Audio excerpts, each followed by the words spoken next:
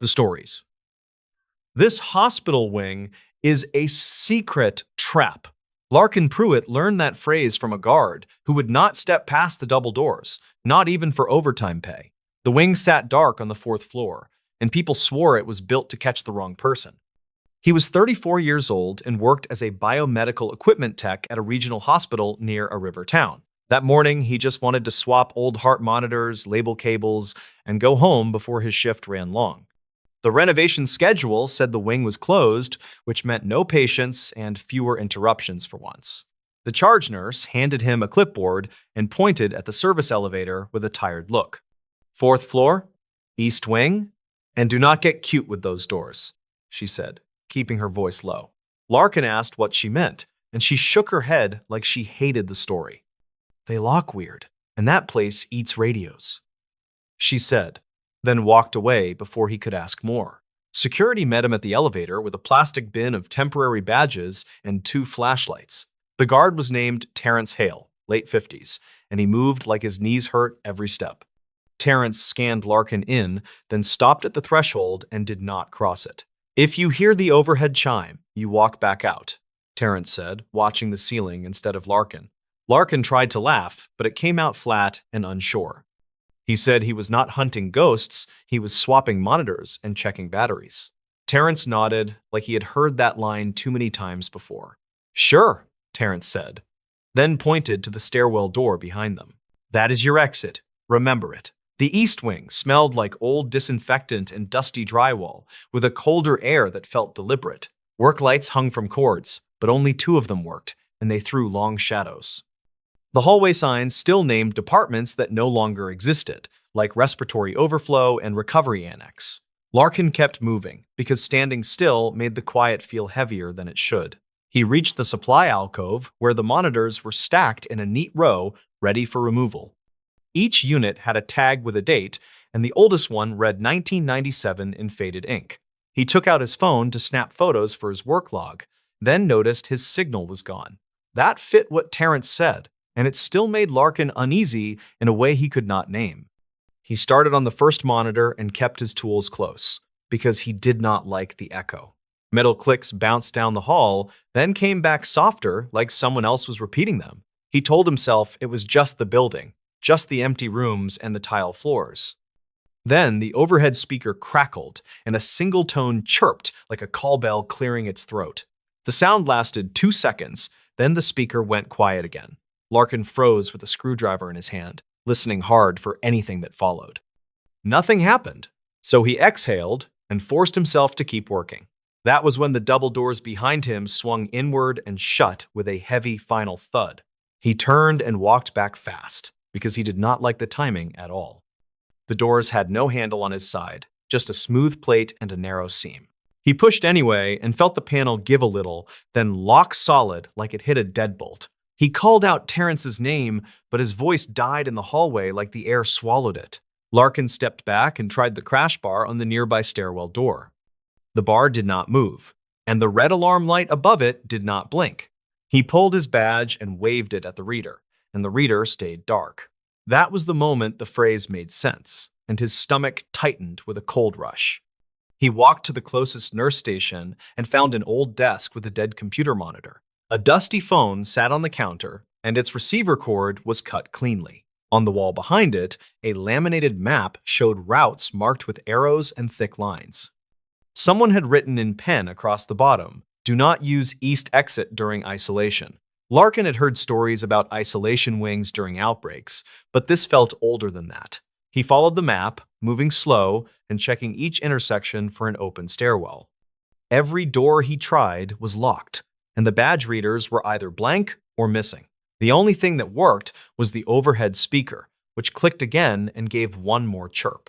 He stopped near room 418 because the door was cracked open a few inches.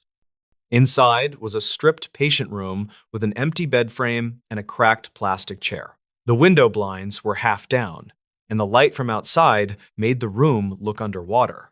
On the floor near the wall, a thin line of dust was disturbed, like something had been dragged recently. Larkin crouched and looked closer, and he saw scuff marks leading to the bathroom. The bathroom door was closed, but the handle was intact and it opened with a soft squeal. There was nothing inside except an old vent grate and a faint smell of damp drywall. Then he noticed the grate screws were new, shiny against the rust around them. He could have ignored it, but his instincts would not let him. He grabbed the grate and pulled, and it popped free like someone wanted it removed fast. Behind it was a narrow space, not a normal duct, more like a hidden passage between walls. A second vent cover sat a few feet in, and beyond that, he saw a faint glow. Larkin took out his flashlight and aimed it into the gap, then heard a low whir of a fan. The glow came from a small work light set on the floor, and it was still warm. Someone had been there, and not a long time ago. His skin prickled and he backed away, because he did not have any business crawling into a wall. He returned to the hallway and tried to call again, but his phone still showed no service. He turned on airplane mode and off again, then tried anyway, and it failed like before. He opened his work bag and found a small handheld tester with a recording function for troubleshooting. It was not meant for this, but it was better than nothing. So he pressed record and spoke clearly. He said his name, his job, the date, and that he was locked inside the East Wing. He described the speaker tones, the door shut, and the vent gap with a warm light inside. He did it the way he filed incident reports, calm and factual, even though his hands shook. When he finished, he clipped the tester to his belt like a tiny witness. Larkin walked back to the double doors and pounded 3 times, then waited. No footsteps came, no reply, and the air felt colder near the doors, like the building was breathing. He looked up and saw a small camera dome in the corner, its lens facing down the hall. The tiny green light on it was off, which meant it might not be recording at all. He remembered the map and the note about isolation, and he started thinking like a tech again. If this wing was built for quarantine, it could have negative pressure, sealed doors, and remote locks. That could explain the weird air and the dead signals if the walls were reinforced. It could also explain why Terrence would not cross the threshold, because nobody wanted to be locked inside. He needed a control panel, something that ran the doors and the fans. He followed the hall until he found a metal door marked with faded letters, "Facilities only." It was locked, but the hinge side had a gap where the frame did not meet right. He slid his flashlight beam along it and saw the corner of a keypad inside. He tried the door again and felt it flex, like the latch was old and tired. He took a flat tool from his kit and worked it into the gap carefully, pushing in small increments. After a minute, the latch slipped, and the door opened with a groan that echoed too far. Inside was a cramped room full of conduit, breaker boxes, and a panel with tiny labeled switches. The panel had a sticker that read, "Isolation System, installed 1999. Below it sat a thin binder in a cracked plastic sleeve, full of maintenance notes. Larkin flipped through and saw repeated entries about door faults, speaker tests, and lock cycling. One note was underlined twice and dated 2008, and it said, "Do not enable autoseal without supervisor." He kept turning pages and found an incident entry that made him stop breathing for a second. It said a contractor got trapped after a test, and dispatch logs showed a delayed response. The note used careful language, but it ended with, "Injury reported, claim filed." Larkin had never heard about any of that, and he worked here for years. He pulled out his phone and took photos of the binder pages, then remembered there was no service. He took them anyway, because proof mattered later, even if he could not send it now. He scanned the panel and found a switch labeled Seal Enable, and it was in the on position. Next to it was a smaller switch labeled Override Release, and it was covered with a taped plastic guard. The tape looked fresh, and the guard had tiny scratches like it had been forced back recently.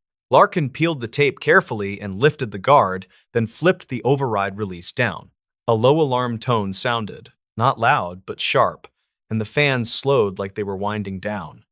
Down the hall, he heard the double doors clunk like bolts retracting inside the frame. He ran back to the threshold and pushed, and this time the doors moved with stiff resistance. They opened just enough for him to squeeze through, and cool normal air hit his face.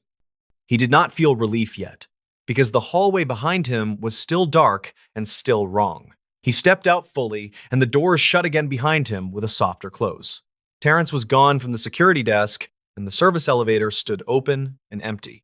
Larkin jogged to the main corridor and finally saw a nurse, then another, then a doctor. He waved them down and tried to explain, but his voice came out too fast. A supervisor told him to sit, drink water, and wait for security, and Larkin did not argue. Within minutes, a different guard arrived, younger, and his radio worked fine in the main hall. Larkin told him everything, and he handed over the recording from the tester without hesitation.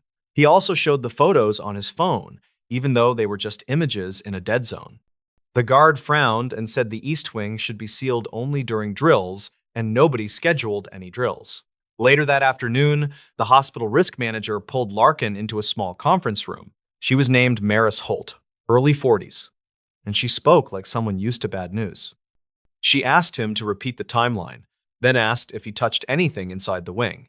Larkin said he opened a facility's door and flipped an override, because he was trapped and had no other choice. Maris stared for a long moment, then nodded slowly like she had expected that answer. She said the isolation system was supposed to be decommissioned years ago, but the project never finished. She did not explain why, and she did not have to, because her eyes gave it away. Some parts of the hospital were left behind on paper, but still alive in the walls. The next day, Larkin came back with permission to gather his tools and finish his work. This time, 2 guards went with him, and one of them carried a portable repeater for radio signal. They logged every door, every switch, and every camera dome they could find. The repeater worked until they crossed the threshold. Then the signal died again like it hit a curtain. They followed Larkin to the facilities room, and the seal enable switch was on again. Maris was not there, but a facilities supervisor was, and his face went tight when he saw it. He said nobody on his team touched that panel, and he sounded scared saying it. The younger guard took photos and called for a detective from the city, because now it was not a glitch. The detective arrived with a notebook and a calm voice, and she asked for every record they had. She requested keycard logs for the service elevator, maintenance entries, and any camera footage near the 4th floor. She used careful phrases like reportedly and consistent with, as if she knew the hospital would fight itself. Larkin watched her write, and he felt a sick pride that his recording might matter. The keycard logs showed an odd detail. One badge had accessed the service elevator at dawn that day. The badge belonged to a contract cleaner, but witness statements said the cleaner never showed up. The hospital said badges were sometimes shared, which was a problem all by itself. The detective asked who had custody of spare badges, and security went quiet. They pulled older records too, because the binder note about 2008 would not leave Larkin's mind. Dispatch logs from that year showed a call from the East Wing, then a second call, then a response delay. The narrative report used soft language about confusion and locked doors, but the pattern felt familiar. Maris admitted the injury claim existed, and she said it was settled quietly to avoid panic. Then the detective found something that connected the vent gap to the locks in a way nobody liked. A building plan from archived facilities files showed a service crawl behind room 418. It linked to a small corridor that led toward the pharmacy level, not wide enough for comfort. The plan labeled it as a contamination bypass, built so supplies could move during isolation. On paper, it made sense, but the fresh screws and warm work light meant it was being used now. They sent a small camera probe into the gap, and its final footage showed drag marks and boot prints. Near the far end, the camera caught a plastic tote wedged behind a pipe, still sealed. Inside the tote were dozens of pre-packed syringe kits, the kind tracked tightly by the pharmacy. That discovery changed the tone of the whole investigation, because now there was a motive. Someone was using the old bypass to steal controlled supplies without crossing monitored hallways. The lock trap was not superstition. It was a tool, and it kept witnesses out of the way. If a tech got stuck inside, the thief could work the bypass with less risk of being seen. The twist came when they matched the Dawn badge swipe to a second system log. The isolation panel recorded every time the seal enable switch changed position. It showed the switch was turned on 2 minutes after the badge swipe, then turned off later. That meant the person who entered wanted the wing sealed, and they knew exactly where the panel was. They checked cameras outside the threshold because those still worked, and one angle finally gave a face. The figure wore scrubs under a jacket and kept their head down, but the gait was distinct. A nurse manager recognized the walk and the shoes, and she said it matched a long-time supply runner. The hospital could not accuse anyone publicly, but the detective did not need public accusations. A week later, the detective returned with a warrant and took a specific employee into custody off-site. The public statement said an internal theft ring was under investigation, and details were limited. Mara sent a short email to staff saying the East Wing was sealed permanently pending safety upgrades. No one wrote the words secret trap in that email, but everybody understood the message anyway. Larkin finished replacing the monitors in a different unit, and he refused any job that required the East Wing. He kept the tester recording backed up at home because he did not trust systems that went dark. Sometimes he still thought about that chirp from the overhead speaker, small and polite and wrong. It sounded like a warning or a signal, and he believed it had saved him by making him move. Months later, after the panel was removed and the bypass was filled, Terrence finally told Larkin one more thing. He said the wing was built to protect the rest of the hospital, and it did when used right. He said the danger came when someone decided protection could also be a cage. Larkin nodded and looked at the plain wall where the double doors used to be, and felt quiet relief. The stories. Locals warned about this abandoned cabin for years. The cabin sat back in the pines, and locals kept warning newcomers to stay away from it. Those warnings sounded like small-town drama until a maintenance worker found fresh boot prints in the dust. Kellen Brody was 36 and worked for the county parks department as a trails and facilities technician. On a cool weekday in early fall, he planned to swap a rotted signpost near a service road. The task was simple: drive out, set the post, snap a photo for records, then head back. He had done the same loop dozens of times, and he expected a quiet morning again. The service road cut through dense trees, and the radio lost signal not far from the highway. Kellen parked near a locked gate, then carried tools and a new sign down the old spur. Half a mile in, the trees opened around a clearing that should have been empty and flat. Instead, a cabin sat there, weathered boards and a sagging roof like it had been dropped from another decade. The cabin was not on his route sheet, and it was not in the park asset list either. Kellen had heard of it because people complained about trespassers and late-night fires near the clearing. A clerk at the front desk had once rolled her eyes and called it the cabin story again. Kellen never cared because his job was signs, gates, and broken benches, not local legends. He set the new signpost first, then took a quick photo with his work phone for the file. When he turned back toward the cabin, he saw something that pulled him off his schedule. A line of boot prints crossed the clearing, dark and crisp in pale dirt, heading straight to the front steps. The prints looked fresh, and the last rain had been 2 days earlier. Kellen told himself it could be hikers, but the cabin sat outside any marked trail network. He walked closer, scanning for trash, smoke, or anything that could start a brush fire.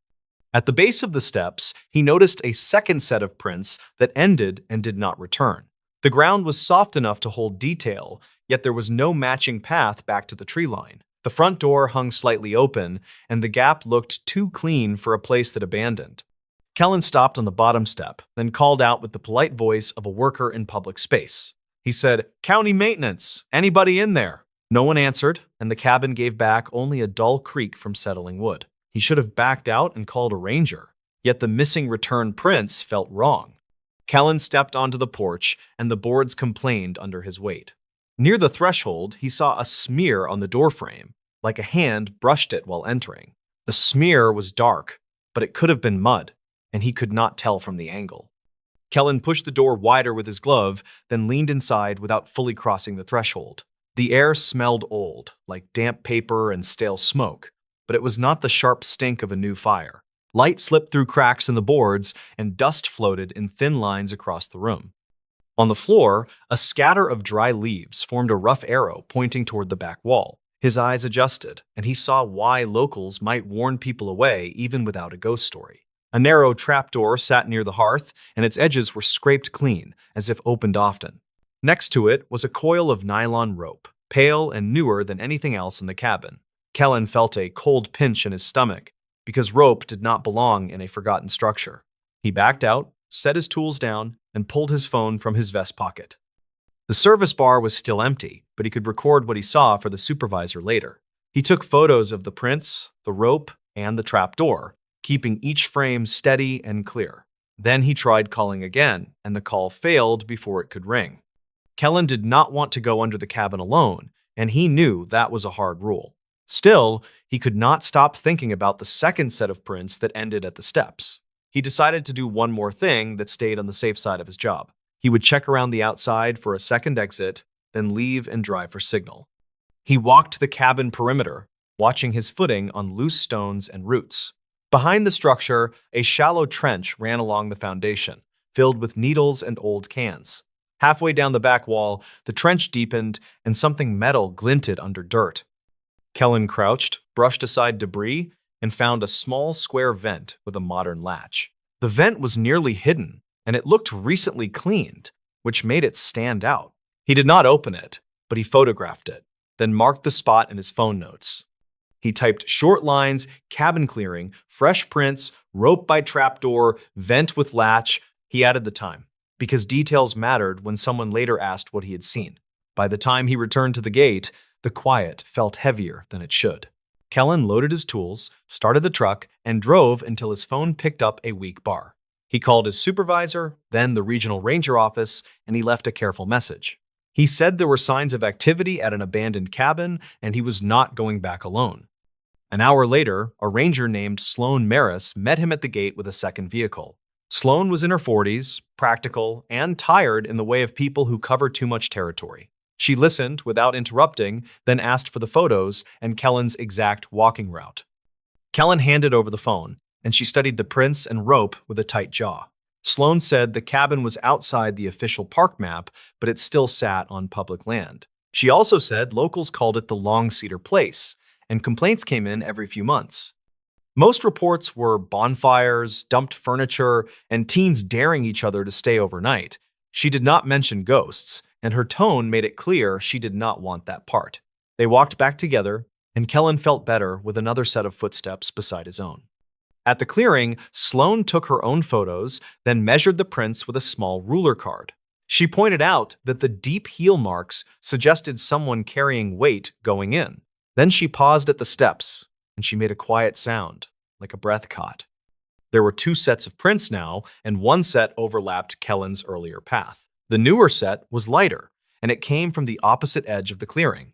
It went to the porch, then turned and vanished near the front door, just like the other set. Sloane stared at the ground, then looked up at the trees as if expecting movement. She told Kellen to stay back, and she drew her radio even though the signal was poor. She tried the channel anyway, then switched to a second frequency and got only static. Kellen watched her shoulders tense, and he knew she was thinking about someone still inside. She stepped onto the porch, called out, and got the same silence Kellen had heard. Sloane did not go straight to the trap door, and that choice surprised Kellen. Instead, she moved to the side wall, then crouched near a warped window frame. She slid a small camera wand through a gap, and her face tightened as she watched the screen. Kellen could not see the display, but he saw her swallow, then pull the camera back slowly. She said there was a second door inside, not an exterior door, but a door that should not exist. She said it looked like it led into the wall, and the edges looked recently painted. Kellen blinked, because paint in that cabin would be like a bright flag in a swamp. Sloane told him to keep his distance, then she stepped into the cabin at last. Kellen stayed on the porch, angled so he could see the doorway and still watch the clearing. Inside, Sloane moved with careful steps, and the cabin groaned under her boots. He heard her say, "Ranger office. Identify yourself if you're here." Then he heard a faint click, like a latch turning, followed by a low drag across wood. Sloane backed out fast, and her expression had changed from caution to certainty. She said, "Someone is in there, and they have a way out you don't see." She told Kellen to return to the gate and wait, but he did not want to leave her alone. Sloane considered him for a moment, then told him to watch the tree line and stay silent. They held their positions for several minutes, and the only sound was wind through needles. Kellen's eyes kept returning to the boot prints that ended without a return path. He tried to picture how a person could step onto the porch and then disappear. Then he noticed something he had missed earlier, a thin line in the dirt beside the steps. The line was straight, like the track of something dragged, and it ran toward the side of the cabin. Kellen pointed it out, and Sloane nodded without taking her eyes off the doorway. She whispered, "That's a cover being pulled. Prosit." She moved along the porch edge, then dropped to one knee near the foundation. Near the porch corner, she found a plywood panel sunk into the ground like a loose hatch. Its top was dusted with dirt, but the corners were clean, like hands had lifted it often. Sloane used her knife to pry it, then held still, listening before she raised it fully. A cold draft rose from the opening, carrying the damp smell of soil and old concrete. Sloane kept her voice level and loud, and she called down into the dark. She said, "This is a ranger. Come up slowly and show your hands." For a few seconds, nothing happened, and Kellen felt his pulse thump in his ears. Then a voice answered, shaky and young, "Please, don't let him come back." A teenage boy climbed out, maybe 16, thin, covered in dust, and shaking hard. He looked at Kellen like he was trying to decide if he was real. Sloane guided him away from the hatch, then asked where the other person was. The boy swallowed, then said, "He's inside, and he locks the wall door." Sloane moved fast after that, and she told Kellen to stay with the boy. Kellen sat the kid on a rock and gave him water from his bottle. The boy held it with both hands, and his fingers would not stop trembling. He said his name was Rafi, and he had been working odd jobs with a man from a nearby town. Rafi said the man promised cash for hauling scrap out of the cabin and cleaning the clearing. Rafi also said the man called it a storage place, and he acted like he owned it. When Rafi asked why the cabin was not on any map, the man told him not to worry. Then, the first time Rafi saw the trapdoor, he realized it was not just a cabin. Rafi said there was a basement room under the cabin, with shelves and sealed plastic tubs. He said there were old tools, canned food, and stacks of papers wrapped in trash bags.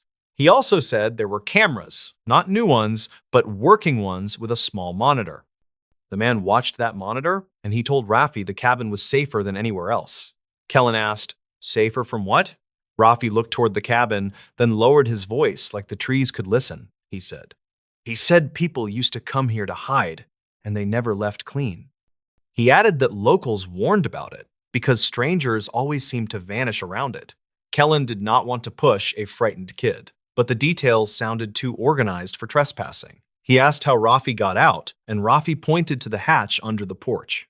He said the man showed it once, bragging about how nobody could follow footprints. He said there was a tunnel that ran into the hillside, then split behind a false wall inside. While they talked, Sloane returned, breathing hard, and she looked like she had seen enough. She said the cabin was rigged with simple alarms, fishing line, and bells in the dust. She said the wall door led to a narrow corridor, and it was built with newer lumber. The corridor ended at the vent Kellen found, and it opened into a shallow ravine under brush. Sloane said the man was gone, and the only sign was a fresh scrape in the corridor dust. She called for backup again, and this time the radio caught a weak signal. She gave coordinates in plain language and asked for deputies and a medic for the kid. Then she told Kellen they needed to document everything before weather or animals erased it. They did it step by step, slow enough to be boring, because boring kept mistakes away. Sloane recorded a short video on her body camera, narrating each feature they found. Kellen took still photos with timestamps, then saved copies to a separate work folder. They photographed the rope, the trapdoor, the false wall seam, and the hidden hatch track. Sloane asked Rafi to describe the basement, and she wrote it down word for word. She asked about the papers, the tubs, and the cameras, and whether any names appeared. Rafi said the papers had dates, mostly older, like 1980-something and 2002. He said there were maps with circles and receipts from hardware stores and burner phones without service. He also said he saw a stack of cassette tapes in a milk crate, all labeled with weekdays. Sloane took that seriously, because tapes meant recordings, and recordings meant evidence. She and Kellen entered together, and they kept their hands visible on camera the whole time. In the basement, they found the shelves Rafi described, and the monitor that still had a faint glow. The tubs were real, and the tapes were real, and the labels were written in careful block letters. They did not play the tapes there because they had to preserve the chain of custody. Still, Sloane photographed each label, and Kellen read them quietly as if they were fragile. Monday check-in, Tuesday check-in, Wednesday check-in, and so on, over and over. At the bottom of the crate was a single tape labeled Visitors with no date at all. There was also a binder, thick, with plastic sleeves holding printed pages. Kellen saw a page that looked like a call log, with times and short notes beside numbers. He saw phrases like gate open, truck passed, and lights in clearing, written without emotion. Sloan flipped to another page and found a list of names, but none were full names. They were nicknames like Skiff, Halo, and Brick, and each had a dollar amount beside it. Sloan said, "This is not a dare cabin." Kellen nodded, and he felt his mouth go dry as he looked at the tidy shelves. It felt like someone had been running a business, and the cabin was just the front. Rafi kept saying the man watched people, and those tapes made that claim feel more believable. When deputies finally arrived, the clearing filled with engines and voices, and the spell broke. Sloan briefed them, then handed over the tape crate and binder with careful signatures. A medic checked Rafi, and he did not have visible injuries beyond scrapes and dehydration. Rafi said he had been down there only overnight, but he thought it had been longer. Over the next week, Kellen got pulled into interviews and paperwork he never expected. He met with a county investigator who asked him to walk through every minute of his morning. He provided his photos, his notes, and his call attempts, and he signed statements twice. He also learned from Sloan that the cabin had a real history, and it was uglier than rumors. Reportedly, the cabin had belonged to a private hunting club decades earlier, then burned partially and was rebuilt. After that, it became a meeting spot for all kinds of people who wanted to avoid attention. An archive clerk found old complaints about shouting and headlights in the clearing dating back to 1996. There were also missing property reports, like tools and bikes, that clustered around the same months. The warnings locals gave were not supernatural, and they were not just about trespassing. They were about a place that made it easy to disappear for a night, or a week, or longer. The tunnel explained the missing footprints, and the false wall explained the vanishing act. What surprised everyone was how long the setup had lasted, and how calmly it was maintained. The twist came from the tapes, once they were reviewed in a controlled lab.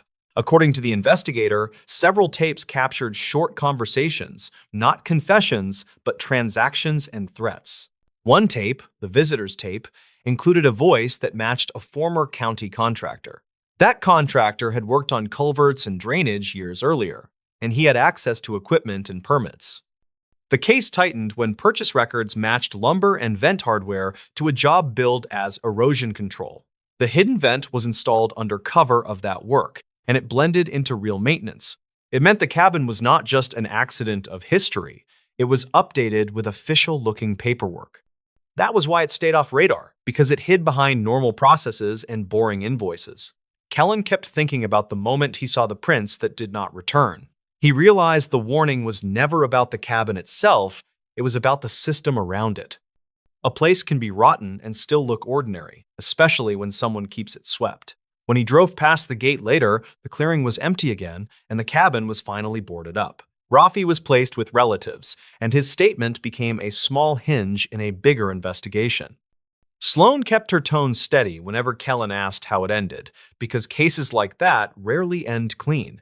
She did say the main suspect vanished before arrest, and that alone kept the locals uneasy. Still, the tunnel was sealed, the tapes were secured, and the cabin stopped being useful.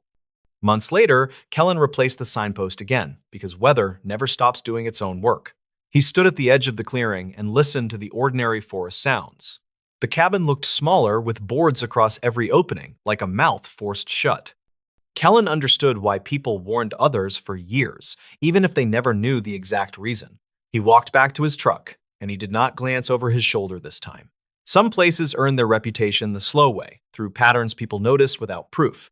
This one earned it through careful planning and through a hidden door that erased footsteps. And for once, the warning finally matched the truth, even if the truth arrived late. The stories. Night guard, who vanished, reported years later. The missing persons file went cold in a week, then came back to life 7 years later with a single phone call. An archived dispatch note shows the same name logged twice, separated by almost a decade. In late November of 2012, Hollis Crane was 39 and worked nights as a security guard. He was contracted to watch a small warehouse complex on the edge of a mid-sized river city. The job was simple on paper, and it paid better than most overnight shifts in town. Hollis took it because his daughter needed braces, and overtime was suddenly available. The complex had 3 buildings, a fenced lot, and a guard shack near the gate. Hollis drove an older sedan with a cracked dash, and he kept a thermos on the passenger seat. His supervisor gave him a key ring, a radio, and a thin binder labeled Post Orders. The binder included map pages, emergency numbers, and a checklist of hourly patrol points. On his first week, Hollis learned the place had quirks that were not in the binder. One floodlight on the west fence flickered at random, even after an electrician replaced it. A back door on Building 2 stuck and needed a shoulder bump to close fully. Most nights, the river fog rolled in and made the camera feed look like smudged glass. Hollis logged each issue like he was trained, then kept doing his rounds. The last night anyone saw him was a Monday, and the weather report said clear skies. He clocked in at 10, signed the logbook, and checked the camera monitor in the shack. A delivery truck had left earlier, and the lot was quiet except for distant freeway noise. At 10:30, he called his supervisor to confirm a gate code change, and the call lasted 20 seconds. At 11:15, one of the building motion sensors tripped and sent an alert to the shack. The system was old, and false alarms were common, but Hollis still did the routine response. He grabbed a flashlight, a heavy jacket, and his radio, then walked toward Building 2. The camera view showed his figure crossing the lot, and then the image pixelated for a moment. That was the last clear footage that stayed on record. The cameras kept running, but the angle on the back corridor went to static for 6 minutes. When it came back, the corridor was empty and the back door stood slightly open. The door should have swung shut on its own, and it usually did, even when it stuck. At midnight, Hollis missed a scheduled radio check with the contracted dispatch service. The dispatcher called the shack phone, and it rang without an answer. A second call went the same way. Then the dispatcher phoned the city police non-emergency line. The responding patrol officer found the gate locked and the shack lights on. Inside the shack, Hollis's thermos sat open, and the coffee had gone cold. The logbook lay on the counter, with the last entry half finished and the pen uncapped. His jacket was missing, along with the keyring and the handheld radio. The officer wrote in his report that the chair was pushed back hard, like someone stood up fast. No signs of a struggle were obvious, but the place felt abandoned in a hurry. Officers searched the lot with flashlights and called Hollis's name, getting only echo and river wind. They found his boot prints leading toward Building 2, then fading where gravel turned to packed dirt. Near the back door, they found a small smear of dark grease on the handle. It looked like maintenance grime, but it was fresh, and it did not match the door's usual dirt pattern. A canine unit arrived later and traced a scent line to the west fence, then lost it near the riverbank. The first assumption was that Hollis wandered off, got hurt, or decided to disappear. His family did not buy that, and neither did the detective who took the case. Hollis had recently renewed his lease, and he had a dentist appointment set for that week. His bank account showed normal spending, and his phone did not ping far from the complex. Still, the river was close, and the area had blind spots where cameras did not reach. The investigation moved step by step, like most missing adult cases with limited evidence. Detectives pulled the camera recordings and noted the 6-minute static block in the corridor feed. They collected the shack logbook and photographed the chair position and the open thermos. They interviewed the electrician about the flickering light and learned it had shorted before. They also looked at maintenance records and saw Building 2 had a door latch repaired twice that year. A week later, the file went quiet, and it stayed quiet for years. The security company quietly replaced the cameras and installed a new sensor system. The complex changed tenants, and the guard shack got a new coat of paint. Hollis's family kept his missing poster up at grocery stores, then slowly took them down. The detective rotated out of the unit, and the case became a box in a storage room. In the spring of 2020, a new detective named Price Calder took over cold cases. Price was 44 and worked as a violent crimes detective before shifting to unsolved files. He picked Hollis's case because the original reports were oddly clean, with too few conclusions. The file included a single line that stuck out, a note about the corridor camera going to static. Price asked for the raw footage, and the evidence technician said it still existed on an old drive. The first viewing was disappointing, because the static looked like a simple signal drop. Then Price slowed it down and watched the edges of the frame. Right before the static, a bright band rolled across the screen like a manual interruption. It looked less like weather interference and more like someone unplugged then reconnected a component. Price compared that with the other cameras, looking for any matching drop at the same time. The west fence camera did not glitch at all, and the shack camera stayed steady.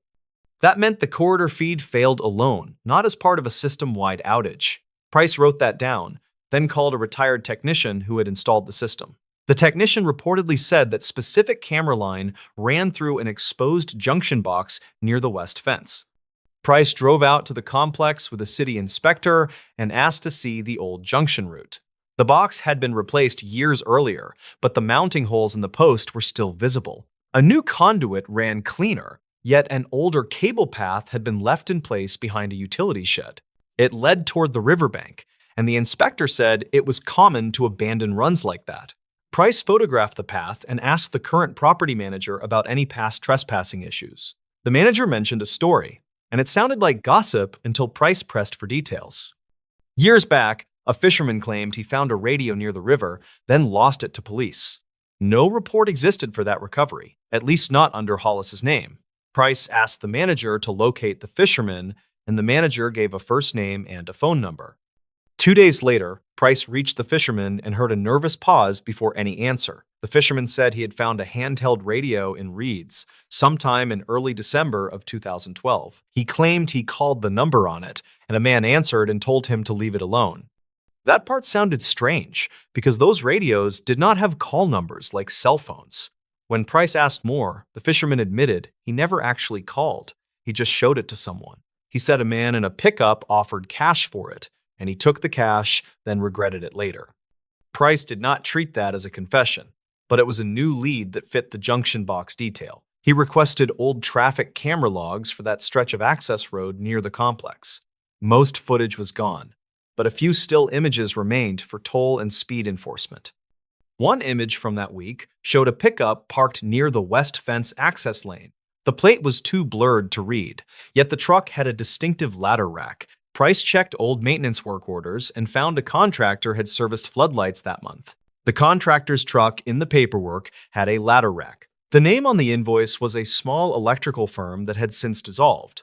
Price ran the owner's name and found it tied to another investigation from years earlier. It involved theft from job sites and a pattern of selling company gear for cash. Price pulled the old interview with the electrician who replaced the flickering floodlight. That electrician had said the light shorted before, and he had replaced the head twice. Price asked a modern technician to inspect the current light circuit. They found evidence of repeated tampering in the conduit, with tool marks under the protective sleeve. It was not proof of a crime, but it suggested someone had been inside that line more than once. The case stayed frustrating until a different phone call landed on Price's desk. In late September of 2020, a hospital social worker called the police tip line. She said an older man had checked in, confused and dehydrated, and he kept repeating a name. The name was Hollis Crane, and the man insisted he was Hollis, despite missing teeth and heavy weight loss. The hospital could not confirm identity, but his fingerprints were taken as part of intake. Those prints matched the missing file, and the match was confirmed by a state lab technician. Price drove to the hospital and met the man in a quiet room with a nurse present. Hollis looked older than his age, and his hands trembled when he lifted a cup. He recognized his own name, but he struggled with dates and places. When Price asked about the warehouse, Hollis stared at the wall and said, "They said I was wrong." He then asked if his daughter was still in middle school, which made the nurse look down. Over several interviews, Hollis gave fragments that Price treated as witness statements, not perfect memory. He recalled walking to Building 2, then hearing his radio crackle with a voice he did not recognize. He said the voice told him the back door was open and that he needed to check inside. That instruction did not match the dispatch service, which never gave site-specific commands. Hollis said he stepped into the corridor and someone behind him shut the door hard. He remembered a bright light in his face and a chemical smell that made his throat burn. Then he remembered being in a vehicle, hearing river water, and feeling cold air through a broken window. After that, his memories became like short clips with missing sound. He remembered being told his name was different and that he had been caught stealing. He remembered paperwork on a table and a hand guiding his fingers to sign. Hollis said he refused, and the hand slapped him, then the room went dark again. Price did not accept every piece as literal, but the pattern sounded like coercion and control. The hospital ran toxicology, and traces suggested long-term exposure to sedatives, though not definitive. A doctor noted possible head trauma and suggested his memory could be fragmented by repeated injury. Price asked Hollis about the ladder rack truck, and Hollis flinched before answering. He said he remembered a metal clang, like a ladder shifting, and a voice that whistled on certain words. Price compared that with old recordings, including the dispatch call placed by Hollis at 10:30. The call was short, but Hollis's voice had a distinct cadence, with a slight nasal edge. The voice on the missed radio check recordings was not preserved, but the dispatch service kept notes. One note said a male voice answered the shack phone once, then hung up without speaking. That had been written off as a wrong number, but Price now treated it as a signal. Price worked backward from the corridor camera static and the junction box location. He believed someone cut the camera line briefly, then used the blind spot to move Hollis. The west fence led toward the river path where the fisherman found a radio. That radio was likely dropped or tossed during the move, then bought back by someone who wanted it gone. The ladder rack truck tied the event to a contractor with access and a reason to be there. The payoff came from something small, a property tax photo archived by the county. It showed the utility shed behind the lodge-like building, taken in 2013 for assessment. In the background, the old junction post was visible, and a cable loop hung lower than code required. Price enlarged the image and saw a strip of tape around the cable, the same bright pattern used by that contractor. The tape brand was common, but the pattern matched other job site photos in an unrelated theft file. Price located a former employee of the dissolved firm, and the man agreed to talk with legal counsel present. He said his boss used to brag about teaching people a lesson when they got in his way. He also said the boss kept a storage unit where he hid tools, radios, and uniforms from past jobs. A search warrant was requested based on the totality of evidence, and a judge signed it. In the unit, officers found old security shirts, a handheld radio shell, and a binder of fake ID templates. No single item proved the full story, but together they supported a clear, plausible chain. Hollis was likely taken during that 6-minute blind spot, moved along the west fence, and forced into a vehicle. He was kept under control, pushed into a false identity, and moved between transient locations for years. He resurfaced only after his health failed, and he wandered into a hospital without resources or support. The suspect was arrested on charges related to kidnapping and identity fraud, according to later court filings. Hollis's reunion with his family did not look like a movie ending, and witnesses described it as quiet. His daughter was an adult, and she approached him slowly, like he might vanish if touched. Hollis cried when he heard her voice, and he kept saying he was sorry, even when no apology was owed. Price watched from the doorway, thinking about how a tiny camera glitch hid a life for years. Some cases do not end with certainty, but this one ended with a name returned home. The stories. This tape explains the warning signs. The tape was logged into evidence on a Tuesday, and the label only said, "Warning signs, do not ignore." When people finally listened to it, a year of roadside deaths stopped looking random and started looking engineered. In late 2019, Dax Calder was 37 and worked as a county sign technician for Public Works. He spent most days replacing faded reflectors, straightening bent posts, and arguing with weathered bolts. That morning, he had one simple goal: confirm the new warning signs on a mountain bypass were correct. The bypass cut through pine forest and rocky slopes about 20 miles from a small river town. It was the kind of road locals used to avoid traffic, and tourists used when their GPS got stubborn. For months, there had been crash reports near mile marker 12, mostly at night and in clear weather. Dispatch logs described drivers swearing they followed the signs, right up until the road turned wrong. Dax parked his county truck by a gravel pull-off, then walked the shoulder with a clipboard. He counted chevrons, measured sign height, and checked that each post was seated firmly in packed dirt. Everything looked normal at first, and that bothered him more than anything strange ever could. If the road was dangerous, it should look dangerous, and it did not. The first warning sign was a standard yellow curve sign with an advisory speed.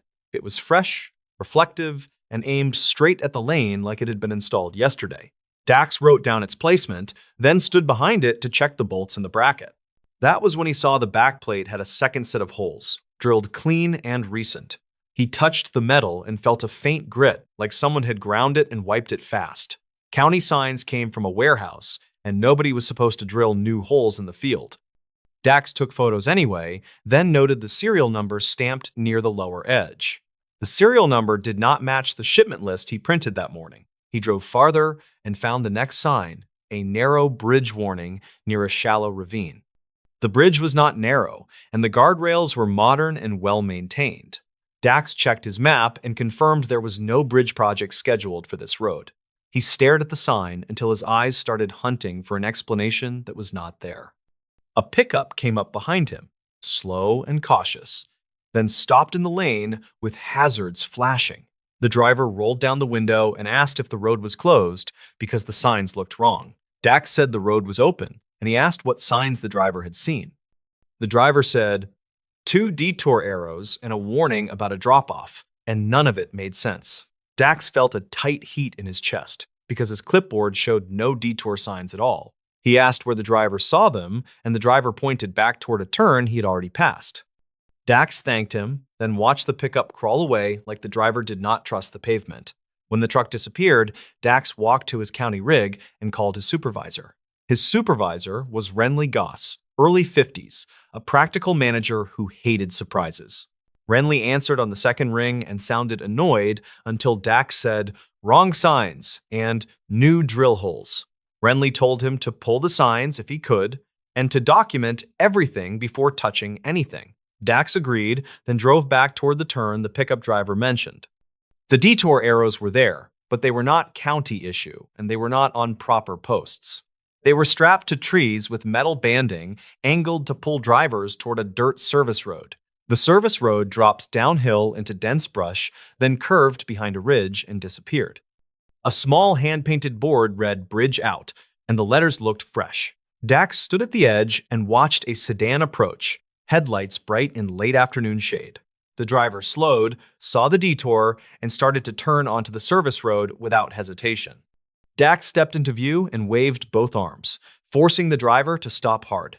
The driver rolled down the window and said, "The signs told me to go this way." Dax told the driver to stay on the paved bypass because the detour was not official. The driver looked embarrassed, then angry, and asked why the signs were there at all. Dax did not have an answer he could prove, so he said they were unauthorized and dangerous. The driver backed out carefully and left, and Dax felt his hands trembling afterward. He took photos of every arrow, every strap, and every bolt head. He also noticed something else. Each detour sign was placed just before a blind curve. Drivers had only a second to decide, and the detour looked like the safe choice. Dax recorded voice notes on his phone, then tried to send them, and the upload stalled. The bypass had patchy coverage, so he saved everything and drove to higher ground. From a ridge turnout, he finally got enough signal to send Renly a batch of photos. Renly called back immediately and told him to stop touching anything and wait for law enforcement. Dax said he would, but he did not like leaving the signs up even for an hour. A deputy arrived 40 minutes later, a lean woman named Tressa Mullaney, mid-30s. She listened, took her own photos, and called it in with a tone that turned serious fast. Tressa asked if Dax had seen anyone nearby, and Dax said only one pickup passing earlier. She nodded and said that matched witness statements from past crash calls. They removed the tree-strapped signs and loaded them into the deputy SUV. Under the painted board, they found a strip of reflective tape like a road crew used. Tressa said the county did not use that exact tape, and she sounded certain about it. Dax asked if this was connected to the crashes, and she said, "It looks like it could be." Renly told Dax to return to the yard and pull old installation records for the bypass.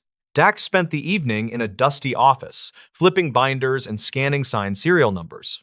He found that 2 shipments had gone missing over the past year, both marked as minor losses.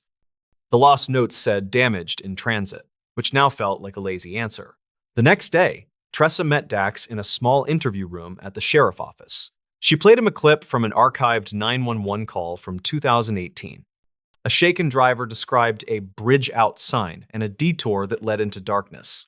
The driver said he turned back in time, and he kept repeating that the signs looked official. Tressa also had crash scene photos from 2018 and 2019. In each case, responders found tire tracks on the same service road leading to the ravine. Some vehicles rolled, some hit trees, and one went far enough that it was hard to locate. The official reports blamed driver error because no one could confirm the signs. Dax stared at the photos and realized why the signs were never in evidence. The signs did not stay up long, and nobody thought to collect them until too late. Tressa said a volunteer firefighter once mentioned hearing a power tool at night. The firefighter never reported it because the sound faded and nothing seemed wrong then. Now that detail mattered, and the deputy wrote it down with a grim look. Dax tried to think like a technician, not like a person getting spooked. He made a map of where the fake signs had been placed, using his photos and GPS stamps. A pattern showed up fast. Each cluster was near a spot where a vehicle could not easily turn around. If a driver committed to the detour, they were trapped by narrow cuts and loose gravel. Tressa asked if county staff could have installed them, even by accident. Dax said county crews would not strap signs to trees with banding because it broke policy. He also said the drilled sign backs meant someone had access to real county panels.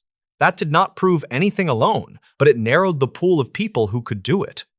Renly gave Dax a copy of the warehouse key log because he trusted Dax more than paperwork. The log was half digital and half scribbled, and it looked sloppier than it should have. Dax compared times to the missing shipments and saw repeated entries by the same initials. Those initials belonged to a contract yard worker who only handled loading and trash. The worker was named Cale Rydell, early 40s, hired through a staffing agency. Cale had access to the sign racks at night because he swept the yard and locked gates. That alone was not enough. But the timeline kept lining up in ways that felt too clean. Tressa asked for Cale's address, and Renly refused, saying it needed proper process. That is when the tape entered the story, quietly and almost by accident. A retired dispatcher called the sheriff office and said she had saved an odd recording.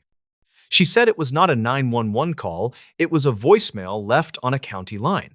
The voicemail was from a man who sounded calm, describing a warning system with pride. The cassette-style tape was old because the dispatcher kept personal backups in the 90s. She had transferred it to a digital file years later, but still called it a tape out of habit. Tressa brought the audio to Dax because the voice mentioned signs, bolts, and the bypass. Dax listened with headphones and felt his stomach drop within the first minute.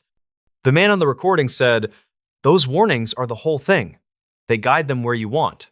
He talked about reflective angles and placement, like someone explaining a craft. He mentioned using real county panels, because drivers trusted official metal more than wood boards. He said the best trap was one that looked like safety, and he laughed softly after that. Tressa paused the audio and asked if Dax recognized the voice. Dax did not want to guess, but he said it sounded like someone he had heard on yard radios. Renly sometimes used a gravelly voice when he joked, but this was not Renly. Dax asked where the tape came from, and Tressa said it was dated 1998. That date made no sense at first because the bypass was not completed until 2003. Then Dax remembered something. The service road was older, and it used to serve a quarry site. Old county plans showed the area marked as restricted during blasting operations. Back then, there were warning signs, and the public learned to obey them without question. Tressa and Dax went to the county archive room, a basement space that smelled like damp cardboard. They pulled microfilm and dusty maps, and they found a file labeled Quarry Access Control. Inside were notes about repeated trespass incidents and stolen equipment. A line item mentioned Deterrent Signage Program, approved for night visibility. The author name was not Renly. It was a previous supervisor who retired long ago. That supervisor had a son who worked briefly at the county yard, then left under a cloud. Dax found the son's name in an old staffing roster, and it matched Cale Rydell's legal name. Cale had changed his last name later, and the archive file still carried the older one. Tressa ran it up the chain and got a warrant for Cale's phone and storage unit. The unit was across town, behind a row of auto shops, and it looked ordinary from outside. Inside, deputies found stacks of sign blanks, reflective sheeting, and a crate of banding straps. They also found a portable drill press and a set of county serial stamps. Cale did not deny making signs, but he claimed he was building props for a film project. Tressa asked why the props matched the crash locations and why they used county serial formats. Cale shrugged and said people drove too fast, and they would crash anywhere. Then he said something that matched the tape, almost word for word. He said, "If they see a warning, they do what the warning says." That line hit the room like a cold slap because it was not a defense. It was a philosophy, and it sounded practiced, like he had repeated it for years. The payoff came when they compared the tape voice to a recorded jail call. The sheriff office had legal access to that call, and a voice analyst reported a strong match. It was not perfect science, but combined with the tools and the signs, it added weight. Tressa also found that Cale's father had been the quarry security contractor in 1998. That meant the tape was likely the father teaching the son, or the son learning early. Either way, it explained how the method existed before the bypass ever did. When the quarry shut down, the service road stayed, and the idea stayed with it. Then the bypass opened, and the trap finally had traffic. The case did not solve every crash with absolute certainty, and nobody promised it would. Some drivers were drunk, some were tired, and some made bad choices with no help from signs. Still, witness statements changed after the arrest because people finally trusted their own memory. Several said they saw a man at night moving calmly with a flashlight near the trees. The county replaced every warning sign on that stretch, using locked hardware and tracked serial scans. They also blocked the service road with boulders and steel posts, leaving only a narrow footpath.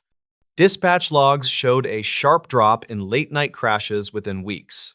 The bypass became boring again, which was the best possible outcome.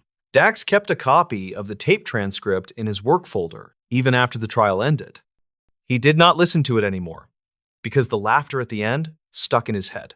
He only remembered the lesson. Signs were supposed to protect people, not steer them into danger.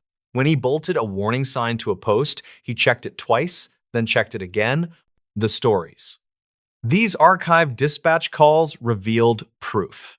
The audio sat in a plain folder, stamped with a date and a case number that never went anywhere. Years later, those archived dispatch calls finally showed what actually happened that night. Blaine Hargrove was 42, and he produced local radio stories for a small station in the Desert West. On a Monday morning in early spring, he drove to the county building to request old emergency recordings. He had a simple goal for the day. He wanted sound for a cautious piece about misfiled crash reports. The station had heard whispers for years. One incident near a highway turnout kept returning in complaints. The rumor was always the same: a late-night call, a single vehicle, then a sudden silence. Some locals said a teenager vanished. Others said the report was padded to hide a police mistake. Blaine never repeated those claims on air. He only said the file had gaps and missing pages. Dispatch archives were supposed to be routine, so he expected a quick copy and a polite goodbye. At the counter, a clerk named Lark Soria slid a form under the glass and kept her voice low. She looked about 30, and she worked records intake for public requests and internal routing. She told Blaine the recordings existed, but the index notes were strange and partly overwritten. Blaine asked what that meant, and she shrugged, like she did not want the answer either. Lark led him to a side desk with an old computer and a small speaker that crackled at low volume. She said the county had migrated systems twice, and some files survived only as stitched fragments. Blaine thanked her, then put on headphones and began listening with a producer's careful patience. The first minutes sounded normal, a dispatcher logging traffic stops and a stalled truck call. Then the incident started, with a man's voice cutting in, tense, short, and trying to stay calm. He said he was at a turnout by the mile marker sign and something was wrong with a parked car. The dispatcher asked for details, and the caller said the driver was slumped and not responding. Blaine expected the next line: send units, start medical, confirm location. But the recording shifted. A second dispatcher voice appeared, sharper, and it used a call sign Blaine did not recognize. It ordered a unit to break off, then told another unit to hold traffic and wait for a supervisor. The first dispatcher tried to speak, but the audio clipped like someone keyed a mic too close. Blaine rewound and listened again, and the same odd command landed in the same exact second.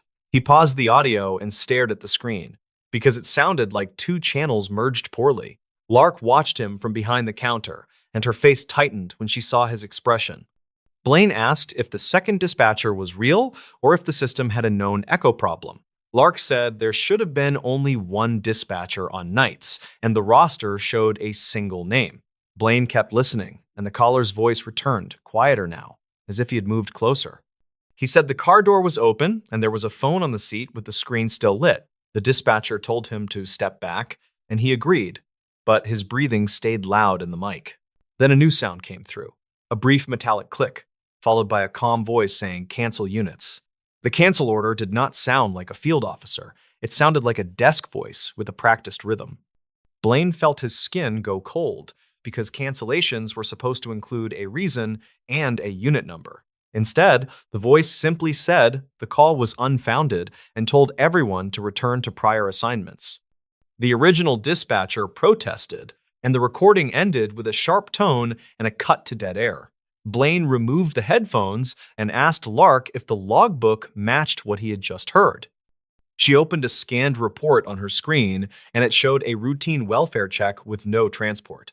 The notes said the vehicle belonged to an out-of-town contractor, and it drove off before contact. Blaine asked if any unit ever arrived, and Lark said the unit number was blank in the entry. He requested the original dispatch log, and Lark told him those paper logs were stored off-site in boxes. She offered to file another request, and Blaine agreed, keeping his voice steady and professional. As he signed the form, he noticed her hands were trembling, like she had heard this story too. Lark said she could not access everything, but she could tell him where the boxes were indexed. That afternoon, Blaine returned to his station office and transferred the audio into editing software. He did not change the file, he only made a working copy and marked the timestamps carefully. He listened in full, then compared it to the written entry line by line, looking for simple explanations. A bad merge could explain overlap, but it could not explain the new dispatcher voice using a missing call sign. Blaine called a retired dispatcher he knew, a man named Hollis Gant, who taught radio basics at a community college.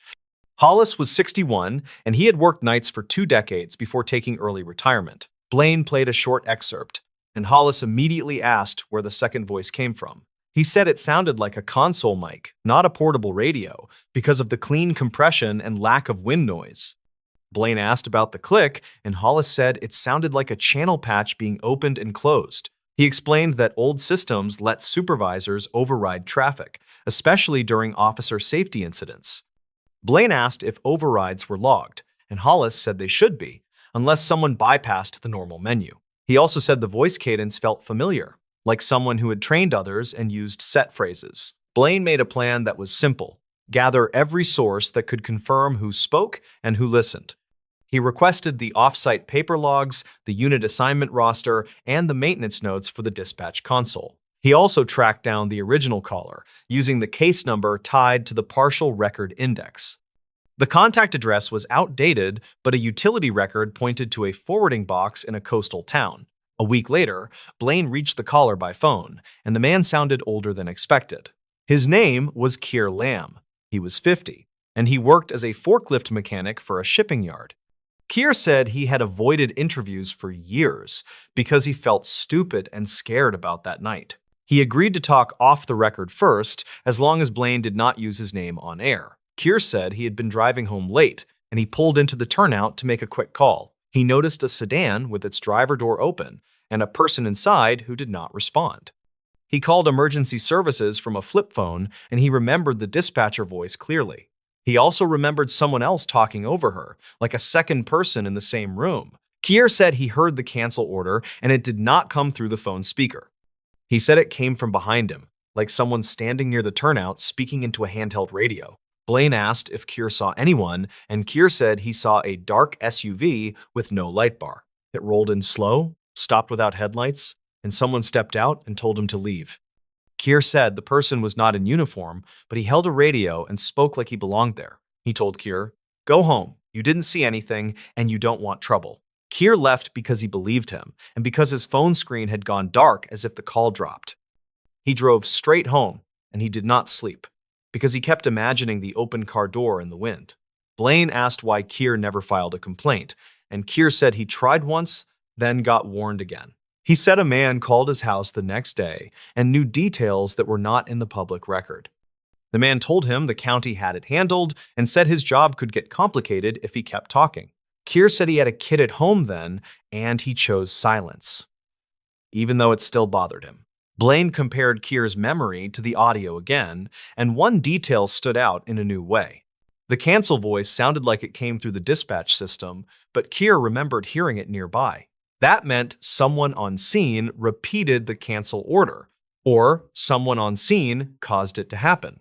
Blaine needed more than a feeling. He needed a solid chain from the console to the turnout. When the off-site boxes arrived, Lark called Blaine and told him to come in after lunch. She met him with a cart of binders and a warning. The pages smelled like smoke and old tape. Blaine thanked her, then began photographing entries with his phone, keeping the dates aligned. The log for that night included the initial call, but the next lines were torn out cleanly. The tier was too neat for age, like someone removed a strip on purpose and then filed the rest. Blaine asked Lark who handled archives back then, and she said a supervisor managed retention compliance. She gave Blaine a name that was public in old payroll records, a dispatch supervisor known for strict control.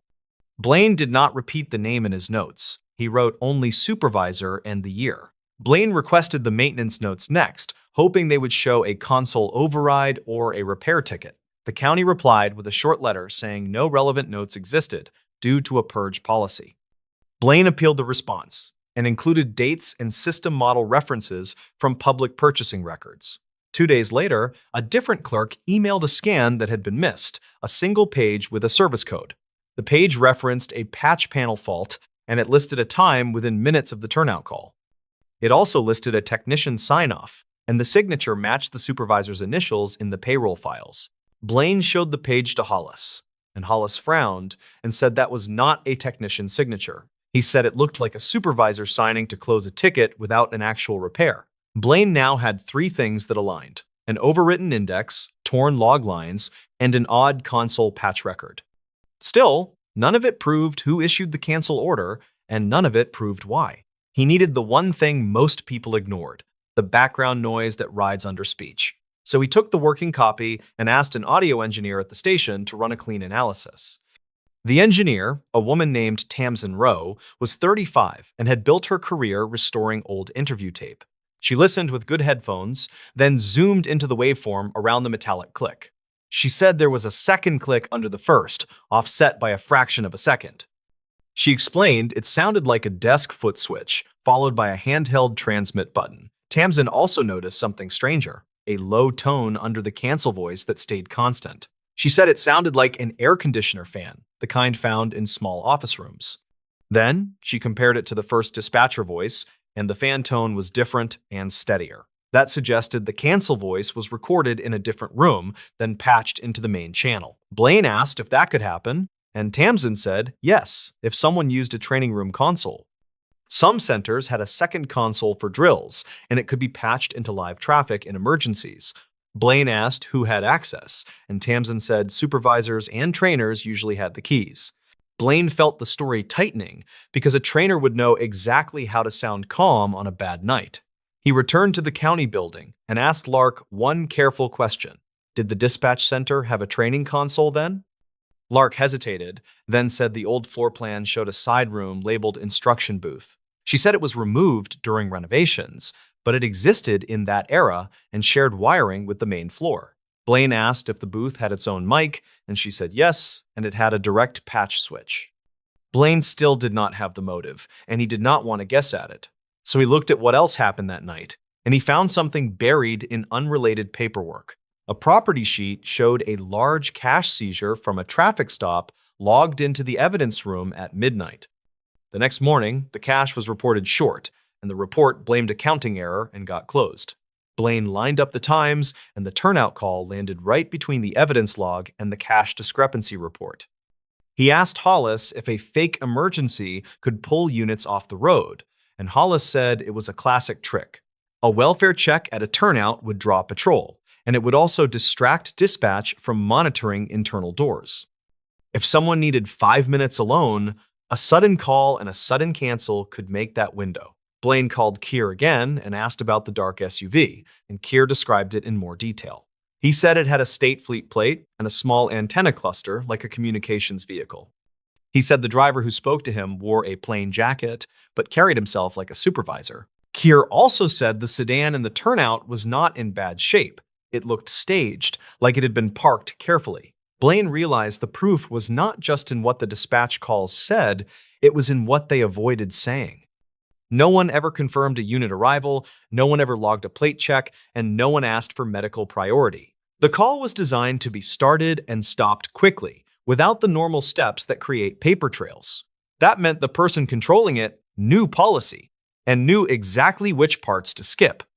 Blaine requested one more thing: the building entry logs for the dispatch center on that night. The county said those logs did not exist anymore, but a facilities contractor had kept backups for billing disputes. After more calls, Blaine obtained a scanned badge report that showed door activity after midnight. It showed the supervisor badge opening the training booth door, then the evidence room hallway door minutes later. Blaine sat with Tamsin and Hollis and listened to the key moments again, with the badge report in hand. They played the click, the cancel voice, and the sharp cut to dead air. Hollis said the cut sounded like a manual stop, not a system end, because the tail tone was missing.